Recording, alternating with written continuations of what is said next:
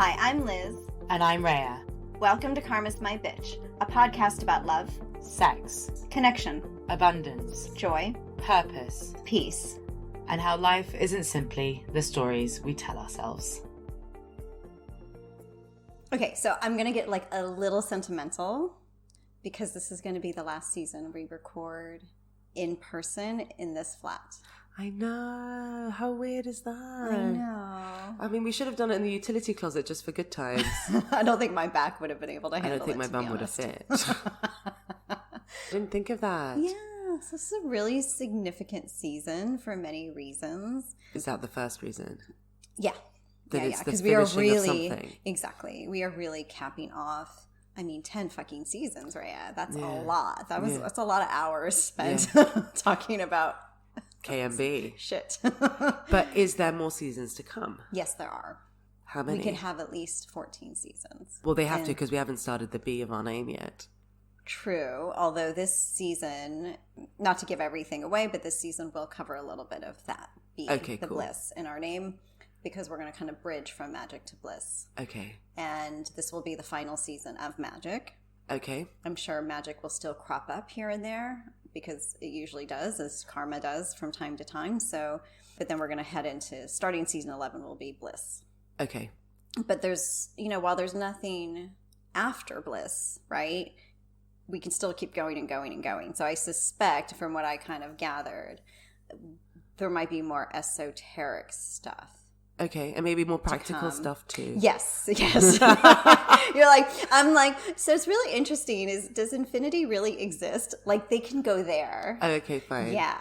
And I can go to how do we just live our lives? Well, that's what this season is about. Oh, really? Okay, fine. So what is the season about? Okay, so the name of this season is What If It Never Happened in the First Place, right? Okay. Or something like that. I should know that. And I have no idea how that title really fits. And I always apologize because their logic is a bit upside down. So what you think would make sense often doesn't in the spiritual context. So what if it never happened in the first place is what if karma never happened in the first place? What if we didn't have to suffer under the weight of karma? What if karma wasn't informing our bullshit? What if we always knew we were good enough / good enough? Yeah, so what would life look like? And that's effectively what the season's going to be. Yeah. Because I presume once you've come out of your karma and you're kind of playing in magic a little bit, you get to a place where and you're not informed, but a distant memory. And you're not informed by your ego, which you wouldn't have had if you didn't have your karma, right? Or fear. Yeah. So how cool. What would that look like? I mean, people can't even imagine that because we're so scarred. We're so informed. We have so many patterns that we've developed and coping mechanisms that to imagine a life where we don't need them anymore, we don't use them anymore, we never had them in the first place, that's almost impossible. Okay. Right? So this isn't about going back in time and fixing stuff. You can't. But can we somehow, from a whole healed space, approach our lives as if that were really the case? Okay. Yeah. And how do we do that? Well, we're not here to talk about the how yet. Okay, fine. Right? I'm still just laying the groundwork for the season, which in part will be very grounded, as you said. But of course, as a somewhat spiritual podcast, we're going to kind of lend the spiritual lens. Okay. So I'll be more the grounded this is one. effectively, this is, Rhea, the season you always wanted. This is what season 1 would have been if we didn't have to look at karma. Oh, fun. Yeah. Okay, so I get what I want. Yeah. So which is when you actually get what you want. So was this about me when I actually get what I want? It's not about you. I love how this entire podcast is about you. Well, it always has been. It's just it also applies So to other you. people. Yeah. But when you actually get what you want, so the first way in which I do this, I get the season I always wanted. When I said, yeah, Liz, I'll join you in a podcast. Yeah. So I could talk about me and have all the answers to all the issues or questions I have about dating and relationship and whatever else comes up. Yes, that's exactly what it is, Rhea. Because now you understand 9 seasons later, you couldn't have those answers if you were in your karma.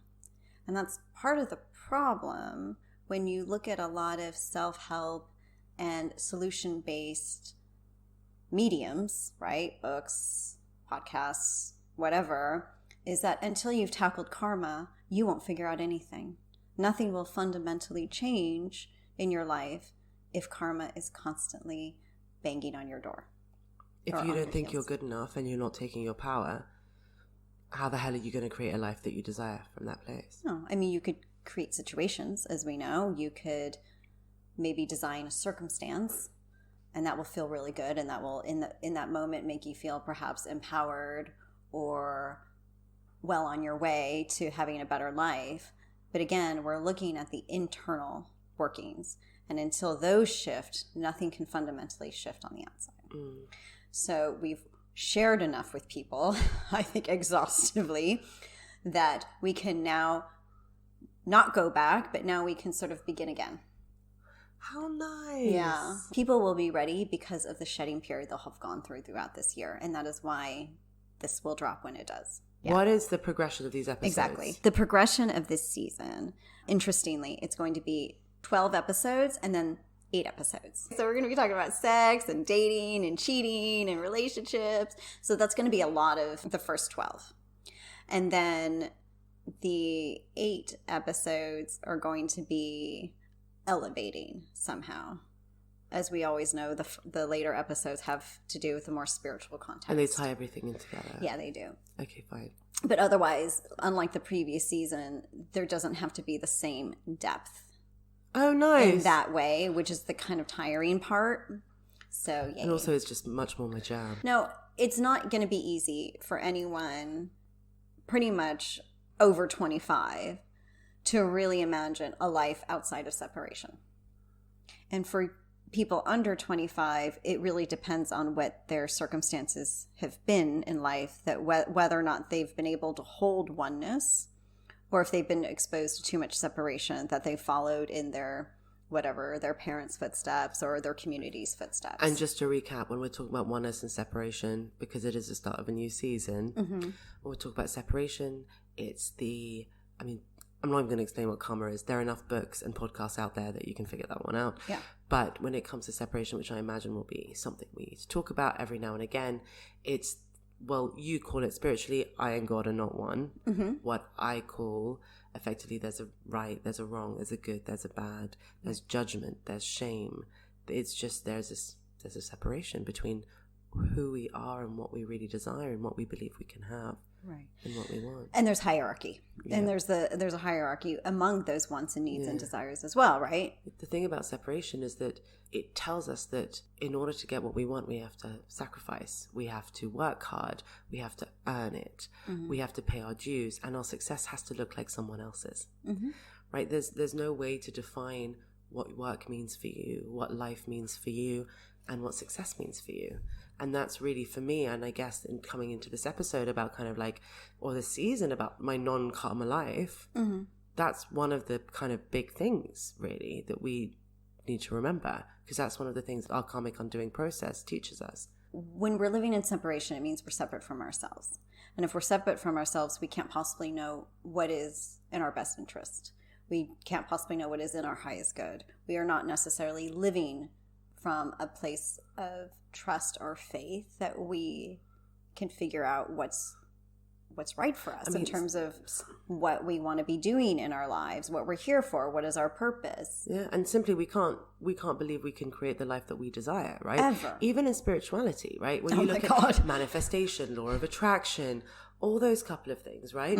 It's just the same thing in another word. So you've got to write your list, you've got to pass your test, you've got to hurt your fingers when you're chopping up with the scissors for your vision boards, you know, you've got to meditate every day, so like for 3 hours, so you can't actually do anything like live a life. Like everything to do with spirituality in a lot of ways involves this kind of martyrdom or pay your dues or sacrifice or devotion that is so unnatural to us, because the one thing that we as humans are devoted to is joy and love.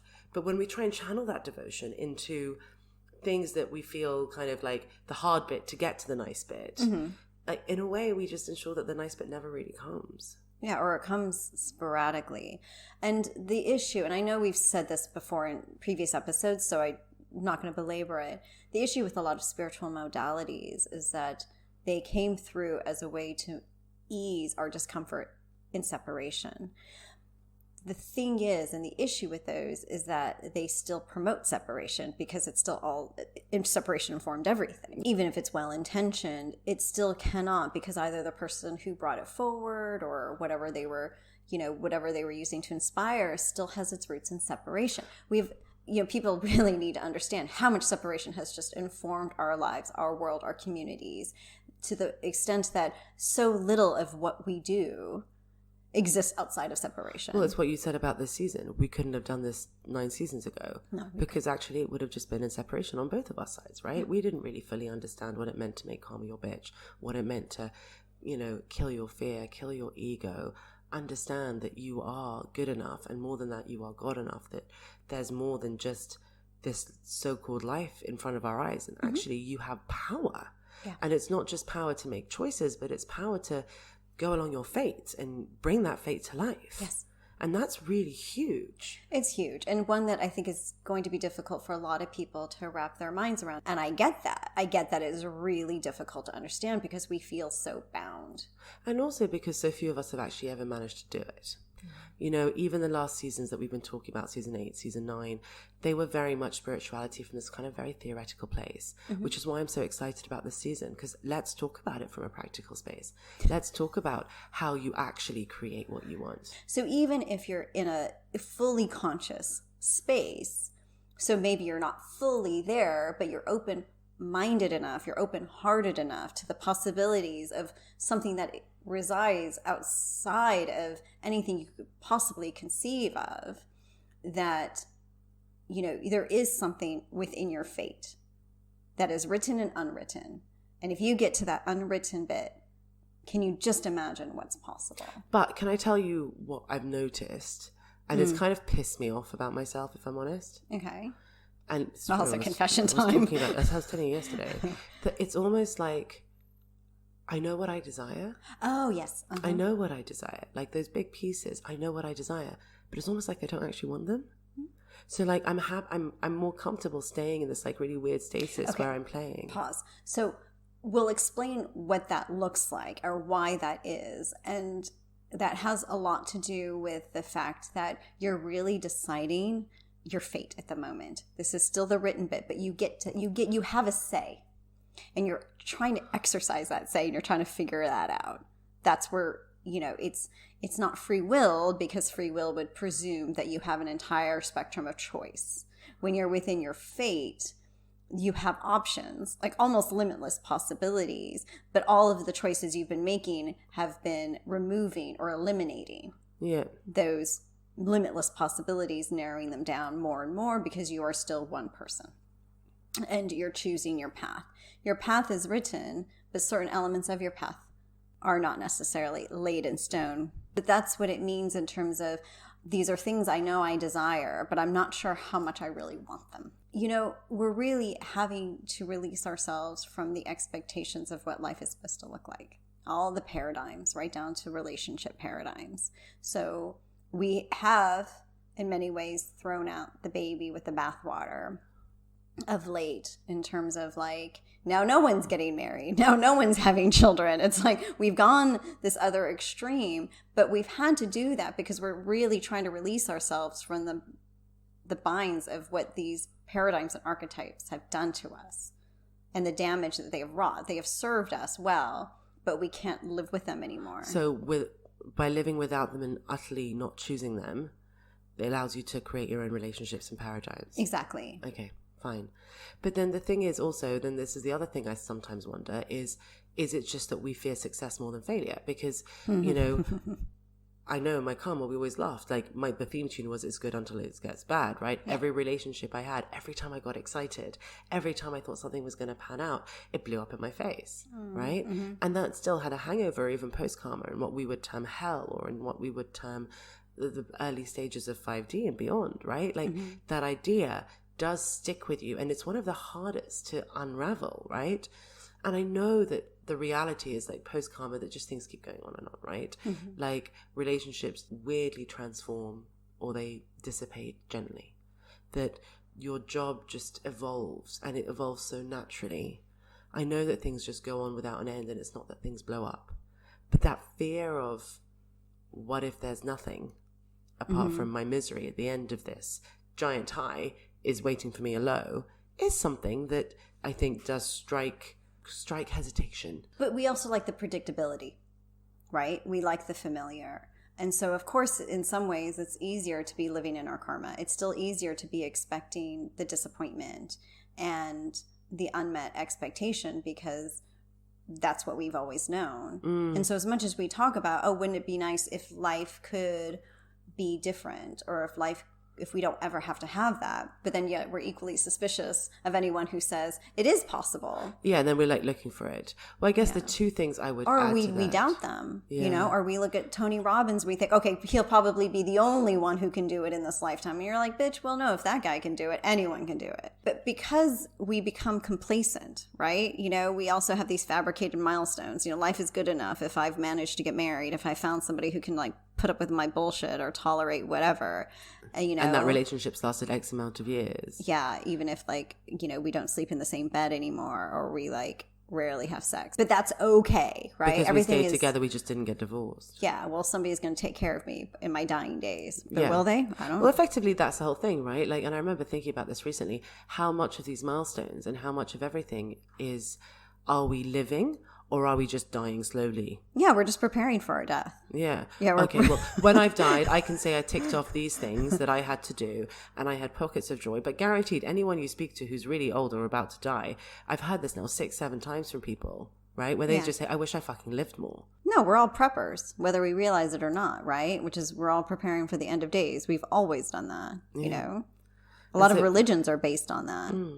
And the thing is also, I do like my comfort. I am complacent in many ways. But the thing is I also get bored fucking easily. So I do need to keep moving. And that was the thing I needed to remind myself of when I was having these conversations yesterday with you about desiring and wanting and all that kind of stuff. And like knowing what I desire, but kind of not sure whether I wanted it, right? There were a couple of things, yes. That was what happens if I say I want this and then I don't get it? And I can't be disappointed again.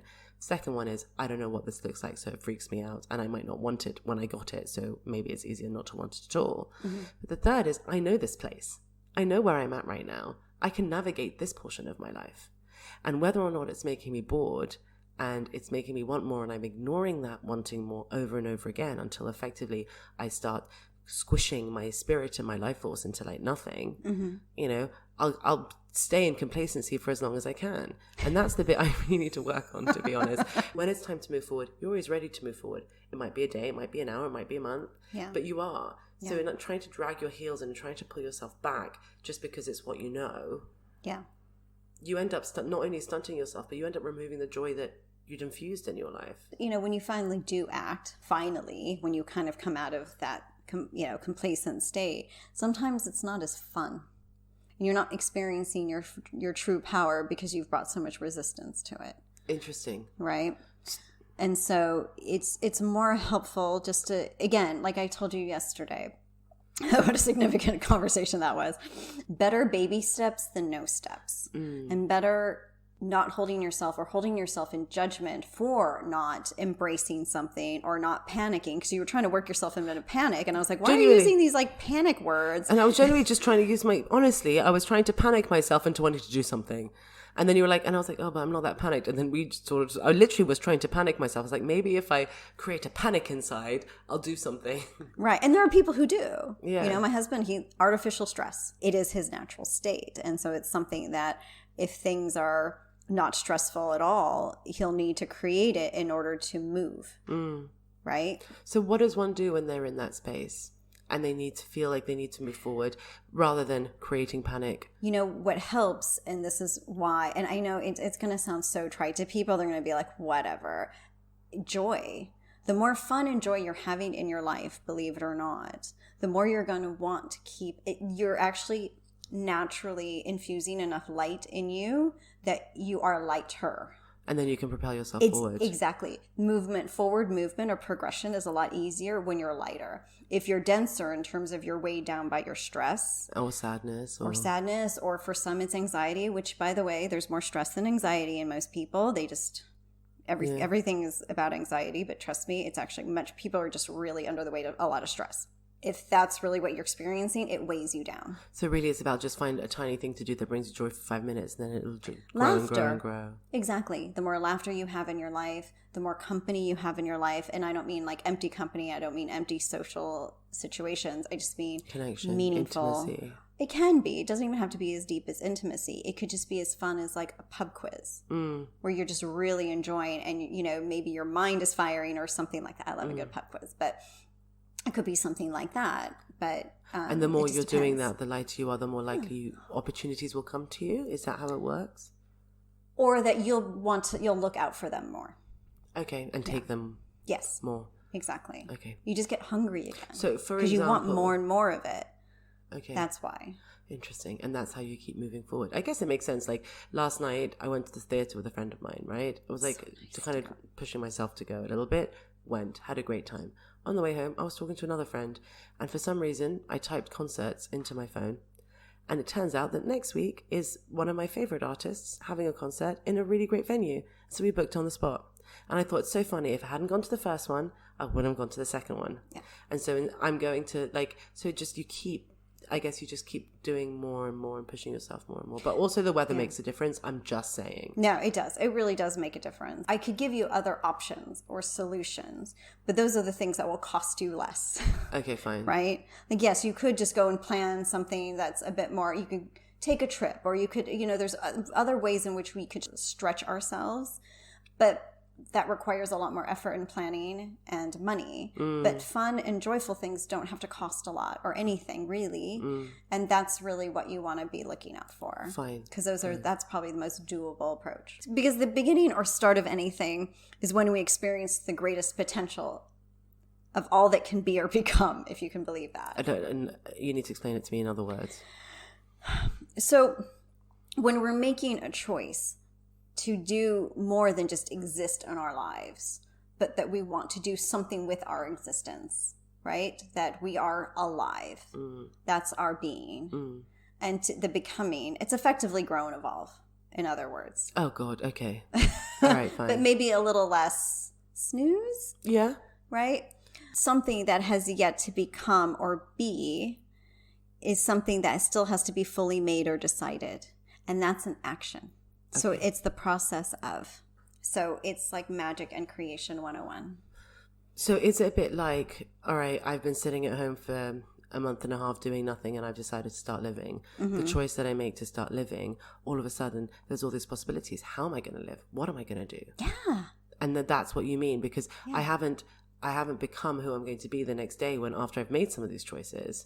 Right? And I'm not going to be the person who reaps the benefits of those choices yet. But at that moment, I'm starting the process and allowing who I'm going to be to take form. Exactly. Yes. Yeah. And who you are going to become. You know, we put it in somewhat complex terms, but it is a lot simpler. But in understanding magic and creation, they have to be in those terms. So I'm really sorry for that. But it can be anything. It could be, you know, I've decided I want to be in partnership, right? I've decided, and that's not necessarily a future thing. That's a present thing because it's a desire. So it exists in that moment. It is not about the next moment. It is in our moment, right? I want to have a child because that's another act of creation. Or I desire this incredible outcome for this work that I'm currently doing. That work is in the act of becoming. Okay, fine. Yeah. And so the more choices you make along those lines, the more then you can create what you desire. Yeah. But or actualize what you desire. I just threw in that word. Sorry. Oh, fine. Yeah. But I guess the one thing I would say is that, and this is just something I can so see myself understanding this as, so I'm just going to add it as a caveat now, it does not mean you have to make the right choices to create what you desire. Do you know what it's like? So a lot of times when we learn it, when we were talking about at the beginning of this episode with manifestation, you have to pass tests, you have to make the right things, you have to show you're serious, you have to believe what you want, you desire. Because actually what we've said is that your desires are unfolding as you are. right? So if you're just allowing yourself to make choices that feel right to you, whether it's listening to your heart or listening to your soul, or however you want to talk about it, actually what you're doing is you're actualizing those desires, some of which might be a lot bigger than you ever could have imagined. So really it's about that marriage between the heart and the mind. It's about trusting your feelings and listening to them and allowing it to unfold. And that's where you get the outcome you most desire. Yeah. It's not as conscious as you think it is in terms of weighing up the pros and cons of each choice and getting choice paralysis. That's not how this works. No. And it's never been how this works. Or that's the separation. Or eliminating all the experiences you could possibly have because you're so focused on this one particular thing. Yeah. Trust me. And I'll say this when it comes to relationships. I never would have had a great relationship unless I practiced and had all those other experiences around relationships first. How would I have known anything? I would have just taken all my ignorance and assumptions and expectations and ruined everything every time. The point of having these experiences is not so that we're prepared for it in terms of like tests or anything else. It's so that we can grow and be the person who can create those desires. So what we're actually doing is we're increasing our power and we're growing up, because those desires might not be right for the person we are today, but they might be absolutely natural for the person we can become tomorrow. And the only way to get from today to tomorrow is by following our hearts. And for some, that's going through your karma. For others, that's moving along your fate. Or just listening to ourselves. Yeah. We faced so much pressure to be part of the group and the herd, right? And which evolutionary makes sense. One of the things that is really coming to a head this year for people is, who am I? This year is in the end of 2023 or the beginning of 2024? No, 2023 was a lot about the individual. Who am I outside of this group? How do I identify myself? And it's not just identity in quotes, right? It's more the like, how do I identify myself as in what is my relationship to myself? Because if we don't have that fully, we really don't know what we desire. We can't, because we're going to be in that sort of hive mind.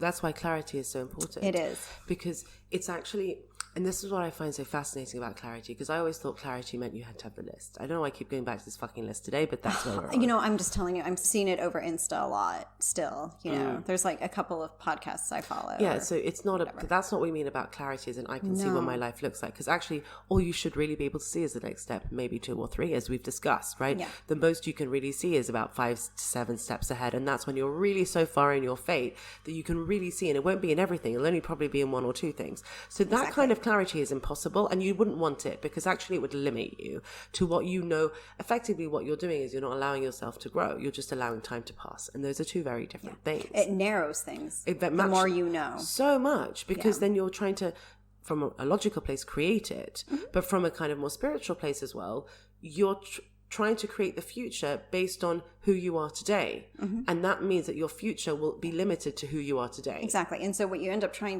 having to squash yourself into this other existence. It doesn't fit. It doesn't work. Yeah. And if you want the greatest possible outcome or experience, you need to allow yourself to naturally evolve into it, because it will be as big as you become. Yeah, exactly. Is that the be becoming bullshit that you were saying? Okay, that makes sense. But that's why we need clarity. Yes, all that bullshit. But I wouldn't say, so when I say clarity, I don't mean clarity in what we want. I mean clarity in who we are. Yes, and clarity isn't always, because I think we also confuse clarity with our ability to see things, right? I can see it clearly. I can envision the guy. I can envision, you know, the girl. I can envision, you know, my job or the apartment or house, right? Because that's what manifestation also teaches. Like, you need to see it. We're educated like that in every way. Yeah, and it's not our even vision just boards and shit. No, but not even spirituality. You need to be able to see where you're going. So you see your parents, and so you get married the same way, and so you emulate, and then you wonder why nothing's really changed. Yeah. And then like something comes along which is so different, everyone freaks out about it. Yeah. So clarity, yes, it can involve sight, but it's also about feeling and knowing and aligning with what is in our highest good. So what is that? And you are going to explain that. Like, you explain it, because you explained highest good yesterday. Clarity. If clarity isn't what you're going to see next or what it's going to look like, and trust me, no one wants that anyway, because it's never as sweet. As much as you think it would be, you'll be constantly waiting for the shoe to fall if it looks exactly as you saw it. That's just the way it is, or if you walked into a room that you saw exactly as it was going to be, you're always going to be looking for things that's different. You won't believe your eyes. So really, if we talk about experience makes normal, it has to be a normal progression. But that clarity for me is, do I know what's my next step? Do I know whether to say yes or no? Do I know if I have to do something or if I don't have to do something now? Do I know myself? Because when we're able to have clarity within, then the rest kind of flows naturally from there. Because in every choice you make, align to yourself, right? So if you're making a choice that is in clarity, I am clear this is a choice I'm going to make. And again, it doesn't need to be all dramatic about it. When you're able to keep making those choices from a place of, this is what I want to choose, as simple as that. In that moment, in that one tiny moment, what you're doing is you're exercising your power, and you're saying that I can make these choices. And in making these choices that feel right to me, I can create magic. I can create the life I desire. I can create everything that will make me the happiest, most powerful person I can be. Right? And so every choice is a choice. And it could be as simple as where to go for lunch today, or whether or not to go to a concert tomorrow. But all those little choices breed this version of you who's had a certain lunch, who's gone to a certain concert, who's had certain experiences. And those choices is power, because you are creating your life. You are creating who you are based on what you feel. We can also just baby step clarity. You're like, and then and I was like, yeah, but you can also just like really trust yourself. Yeah, fine. Yeah. To me, it's also just about trusting that no matter what choice you make, no matter what you do or choose to not do, right? Like that it's enough. And I think the highest good part that comes into this, and yesterday, of course, you and I went back and forth on how do we redefine highest good for people. My explanation was like so awful for you. And I was like, but this is the actual explanation. You're like, I can't stand by that. But it was like that which we do that expresses our divinity or something, or allows us to express our divinity or something. And look, it's just I wouldn't write it. Because I get it. If we are the divine, therefore we are the most powerful person in our world. We can create anything we desire at the drop of a finger. Yeah. Then, yeah, it's fucking amazing. Yeah. Because then we can create everything we desire at a drop of a finger. But what would be missing from that when I was in my karma and kind of coming out of it was the faith, right? The faith that I had my own back, that I wasn't going to create misery for myself, or that someone was going to come from the side and like knock it out from underneath me. Like, that actually, because the thing about faith, around this stuff, which is interesting, is that faith for me was always quite defensive. I can't have faith because I have to be in this defensive mode of protecting what I have and hoping to fall less, right? Whereas the faith that I'm describing here is actually a much more open faith of I'll be okay and I'll be happy. It's almost like that child who giggles, right? Like, funny enough, I'm seeing like this child who giggles and who knows they're safe, you know? That's the kind of faith that we want to be working towards. And that takes time, and that, again, experience makes normal. I laugh at the idea of you saying something takes time. I mean, look, irony. At the end of the day, time for me ideally would be like 24 hours. Even then, for you, it used to be like 2 minutes. So I'll take 24 hours. But I don't understand how any of what we just talked about relates to magic and practical relationship stuff, or how it relates to the season I always wanted. And this is the final bit I'm going to add about all of this, is that, and I was going to bring this in earlier, but actually now is probably the right time to say, is that one of the reasons why we always hesitate is that we think we're going to get what we want, but what we've been told time and time again is you're getting what you want, but it's not as sweet or not as good. And so right now I thought I was getting the episode I always wanted, and I'm like, what did I get? Yes, I know that this particular episode, this specific episode, isn't exactly what you wanted, even though it's the season that you wanted. But if we're going to be living from this space, live from this post-karmic, anything is possible space, but in the way in which we are happy and joyful and can have fun, we're not just working with our higher selves, but our most divine selves.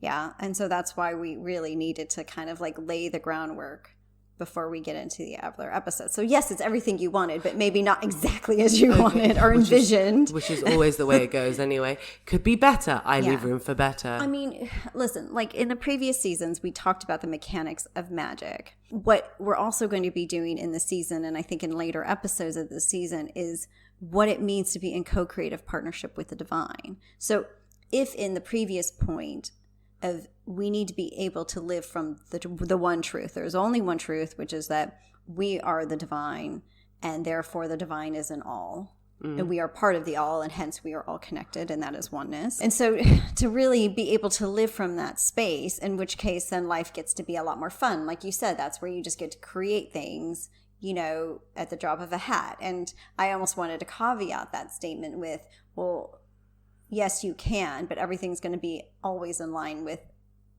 not just your capabilities, but with your purpose, right? Of course. So we need to understand what life in fate and beyond looks like. We have our grounded reality and we have our elevated reality. And each of us individually are what brings that together. Those two things together. Thank you for listening. For more information, articles, and inspiration, find us at karmasmybitch.com and at karmasmybitch.insta. And if you liked what you heard, please subscribe and leave us a review.